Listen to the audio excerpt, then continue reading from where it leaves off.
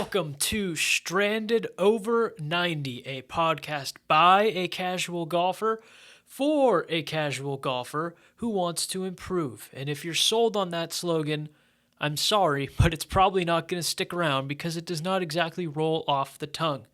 Anyway, my name is Nick Hedrick, pretty much a staple on all of these Stranded Sports podcasts. So if you don't know that, though, welcome to the show.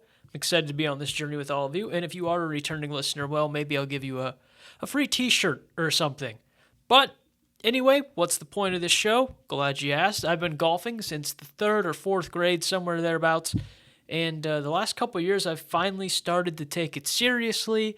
And considering I'll be 25 in November, I think now's a pretty good time to actively start trying to reach certain goals within the sport. And to make a long story short, me improving and being focused on getting better is long overdue. I hate not being good at things. I don't know why it's taken me this long to really get into golf, but here we are. So thanks for being here. This episode won't be super long. Just want to kind of go over what you can expect to hear about when you tune in. I'm assuming a lot of you might be in a similar situation, want to get better. As an active member of the golf community on Reddit, on YouTube, on social media, I know a lot of people like to talk down to people who aren't as good as them when it comes to their golf game. And so if you're here to make fun of me, I make fun of myself, so it's okay. Just don't be too douchey about it, and I think we'll all get along just fine. And if you're a friend here to make fun of my golf game or talk crap, that's welcome too. My haters are my motivators. That wasn't planned. The beginning was kind of scripted. I went off the cuff saying that stupid little saying there. That was completely unplanned, straight off the top of the dome. So I'm sorry, but you can also expect more of those corny sayings as we go through the episodes here. But to lay it out for you as if it were a menu, here's what you can expect from the show. What am I doing to improve my golf game? And now this is obviously going to probably be the meat of things other than the round recaps, which, hey, there's going to be round recaps as well on this show. But what am I going to improve? What am I reading? What drills have I been trying to practice? It's hard to practice in an apartment, so most of my practicing does have to be done at a range. And, what websites am I going to for these tips? Am I working out, incorporating different kinds of workouts, working on different parts of my body to help with the fluidity of things, to help with the power game? All kinds of different training techniques, regimens that I'm incorporating into my game, how well they're working. And another big thing would be the mental game. How well am I preparing myself mentally? And when I get into my recent round breakdown of what happened in my first outing of the year, the mental aspect's going to be a big part of that conversation. So I'm really excited to touch on, if I read any books regarding mentally how to be more locked in, more centered on the golf course and things of that nature. And now we'll move into the round recap, so to speak. Going to go over things that I did well, things I didn't do well. Hopefully at some points there will be video. I'm not a big YouTuber. This Stranded Sports as a whole is not a big ordeal. I know filming is basically a commonplace at pretty much any public venue now, but I don't want to be walking around with cameras and tripods and setting things up for 60 subscribers. And while I am thankful for all of our subscribers, we're not a huge conglomerate. We're not going to get huge numbers, especially right away. As we get bigger, we'll start doing more of those things. But right now, if I'm playing in a random foursome, I don't want to be whipping out a tripod on every single shot. Hopefully we'll get a couple shots around. If there's a really big hole with a lot riding on the line, maybe I'll film. If we do any challenges or have someone I'm golfing with who's good and share some of their insight with me, we'll have them on and film during the round. But as far as actually filming and killing a lot of time during the round, take a shot every time I say the round, there's not going to be a ton of video content. But what video content there is, I'm hoping to break it down pretty well for you here so you kind of get an idea of what I'm working with, how my game is. I'm doing so many things with my hands. This is such a problem when you don't record yourself on video for a while you do these things. You can also expect some light commentary on PGA Live events storylines. There'll be a little bit of that right after this segment here. And then, of course, there will be some interviews. So hopefully some real golfers, Yes, real. That is the word I used. I don't think I'm a real golfer, but college golfers, maybe Korn Ferry Tour, maybe ex-pros, club pros, whatever. Anybody who can share some insight or has a fun story, fun travels in their golf journey, be glad to have them on. If you know anybody, reach out to me or our social media pages at Stranded Sports and let me know who you'd like to see. And without any further ado, I'll shut up about what you can expect and get right into the PGA Championship, which was this weekend. Again, just going to touch on this sort of thing lightly. But Brooks Koepka won. Huge boost for LIV, in my opinion. I think that ups their legitimacy. If Brooks choking in the Masters and up their legitimacy, I think this definitely did, him finishing it off and winning. A great storyline, I think, just to see the PGA people kind of melting down at this. But one of the most talked about things I've seen afterwards is the fact that they asked him if he called Greg Norman yet. And Brooks Koepka said something along the lines of, the only person I'm interested in talking to is my wife.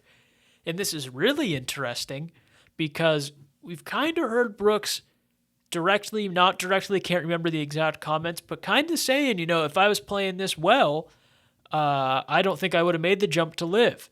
So it sounds like he's one of the first guys to openly start, I don't know if regretting is the right word, but kind of putting it out there like, I don't know if I should have done this or not. But regardless, I think that it will help LIV in the long run. But does Brooks Koepka really want to be in LIV is the new question. So we'll see what goes on with that storyline, and we'll keep following it. I knew him or Cam Smith was going to be the first winner in the PGA tournament from LIV. And I'm glad I was right. I bet money on Brooks to win the Masters, so his choke job was a little more personal to me than it may have been to others. But I'm glad he was able to finish it off here.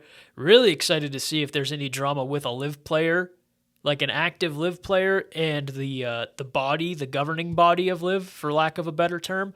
So just trying to get it earlier there before my thoughts ran away because there was a sound in the kitchen. So hopefully I'm not being burglarized at this moment. But very intrigued, I think is a better word to say, about Brooks Koepka. And if we hear years from now that he was trying to get out of this or trying to find a way, we heard that crazy astronomical financial figure that LIV golfers would need to pay to get out of their contracts. Maybe the PGA can help Brooks after this last display. My other big question with Brooks, something that probably totally slid under the radar, but I saw a couple tweets about it, was the fact that he was wearing Nike, but I think every other LIV Golf player was wearing their LIV Golf team apparel. So how much is Nike paying him? How did that work out? It's just a small thing that I'm interested in.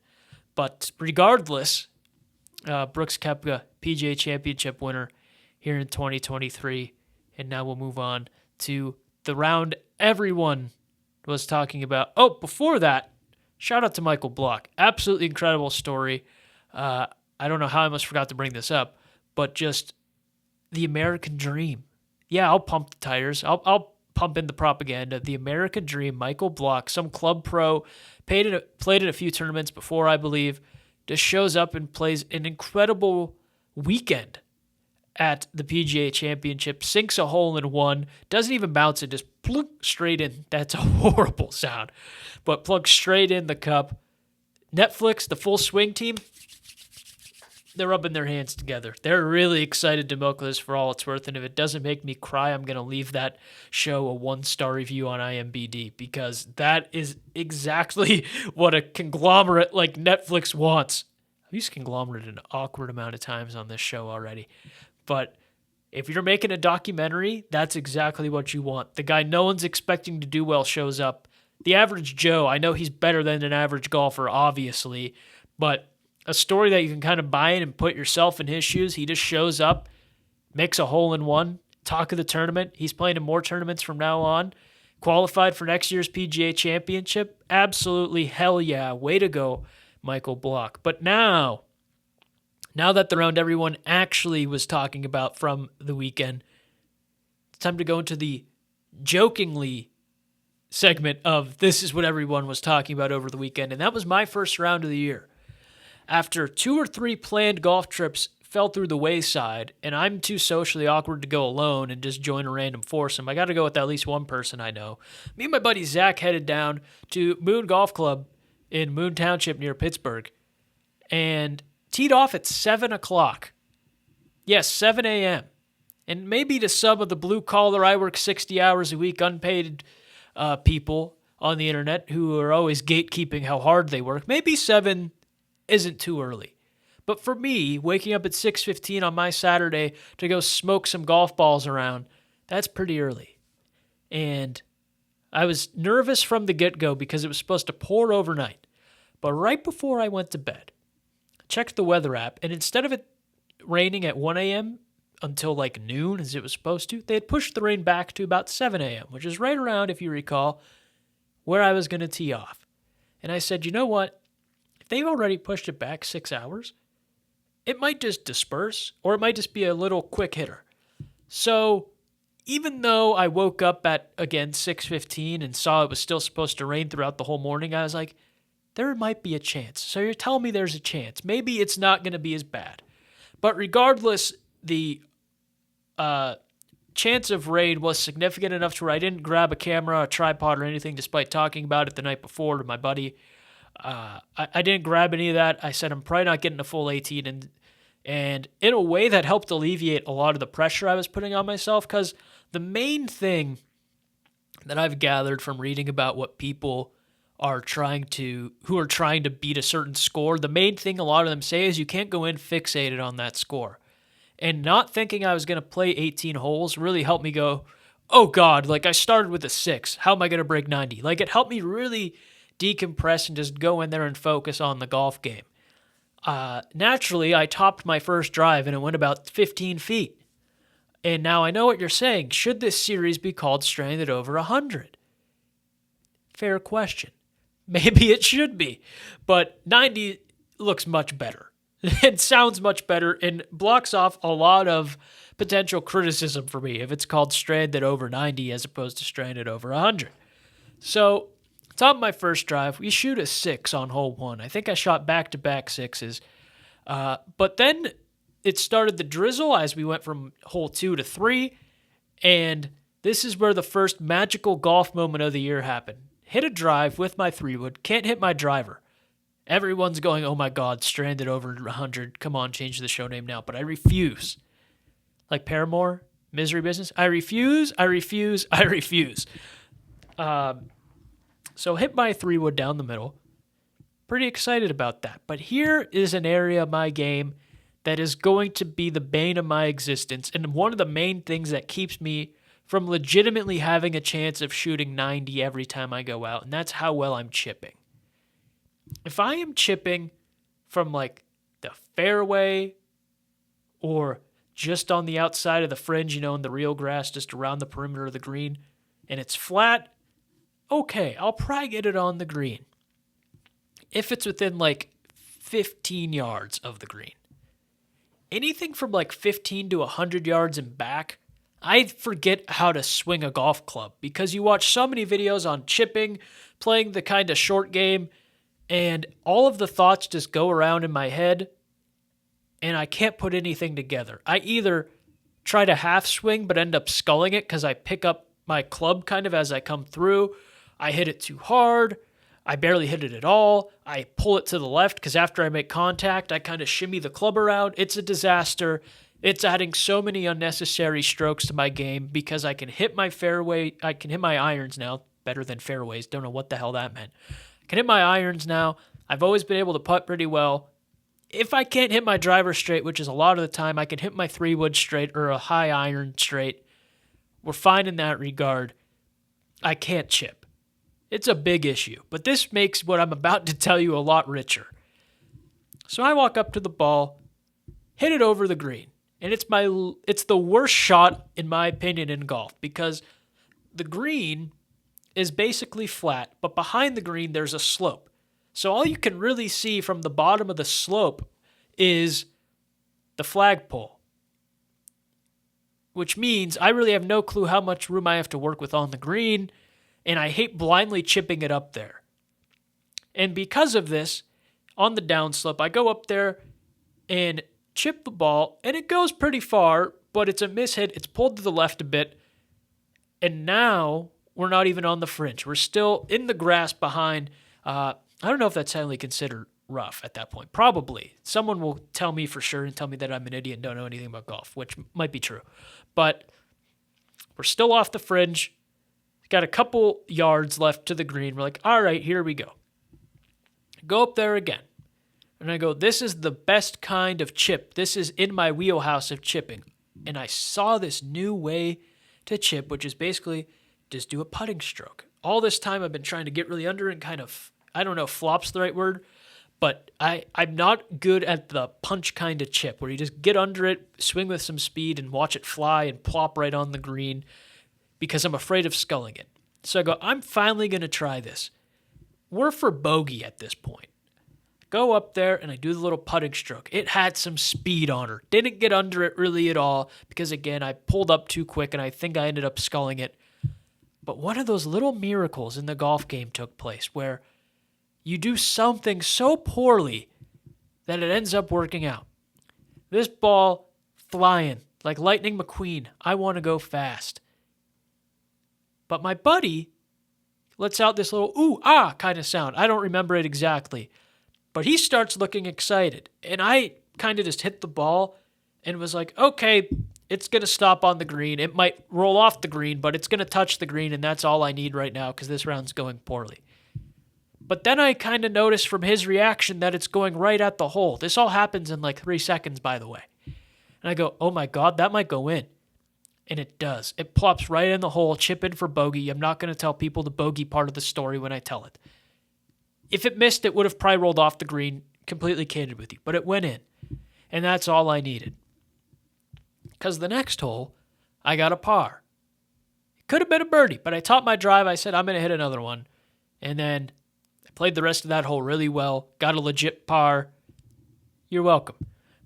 Didn't take the birdie. That's what the you're welcome was for. Didn't cop out and run around telling people I got a birdie. After that, the rain was miserable. Everything was wet. Clubs were wet.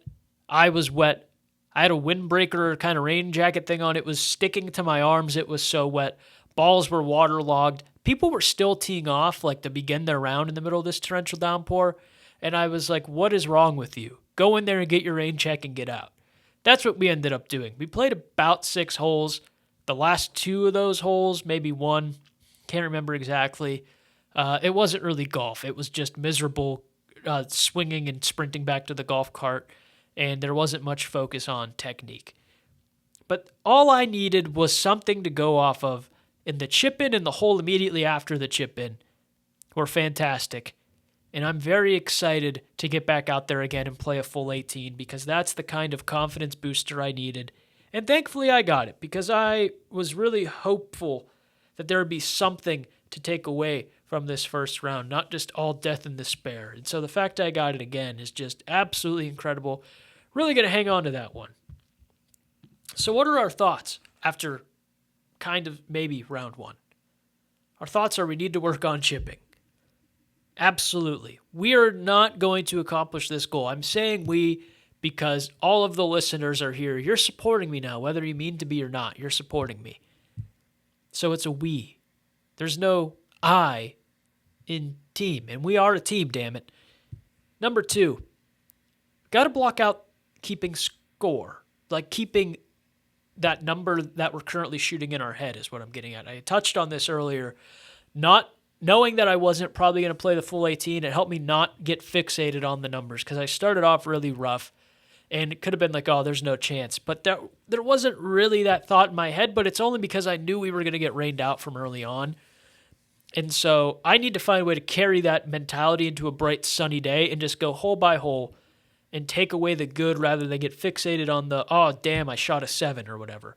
You know, I got to go in there and I've got to keep a positive mentality where I'm not getting fixated on this number and I'm just playing the best golf I can and focused on the next shot as opposed to, oh, well, this is a par 5. So at a minimum, with my skill, I'm going to get a 5, maybe a 4 if I'm lucky.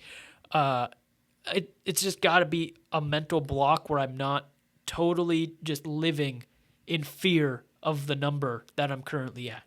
and I can't just say 90 or bust. I got to go in there and just play the best golf I can, just to reiterate. Just play the best golf I can every time I go out there. And so, yeah, those are the really big takeaways. Just the mentality and the chipping are going to be an issue. At some point, I'm going to have to address my issues with my driver, and I'm very much afraid to do that. But that's a story for when I come back here next time and explain to all of you how round number 2 went. But for now, any courses in the Pittsburgh area that you want me to try, let me know. We'll go down there, we'll shoot around and see what happens. And if you have anybody you want me to golf with, if you want to golf with me, if you're in the Pittsburgh area, you let me know. We'll link up and we'll go play some golf. And I won't buy you a beer afterwards, but I'll tell you how appreciative I am that you took the time to golf with me. Anyway, my name is Nick Hedrick. This is Stranded Over 90. Thanks for joining us. Very excited for the next one. Very excited for this journey. Be sure to listen to all of our other podcasts, assuming we ever do them again. And I'll see you next time.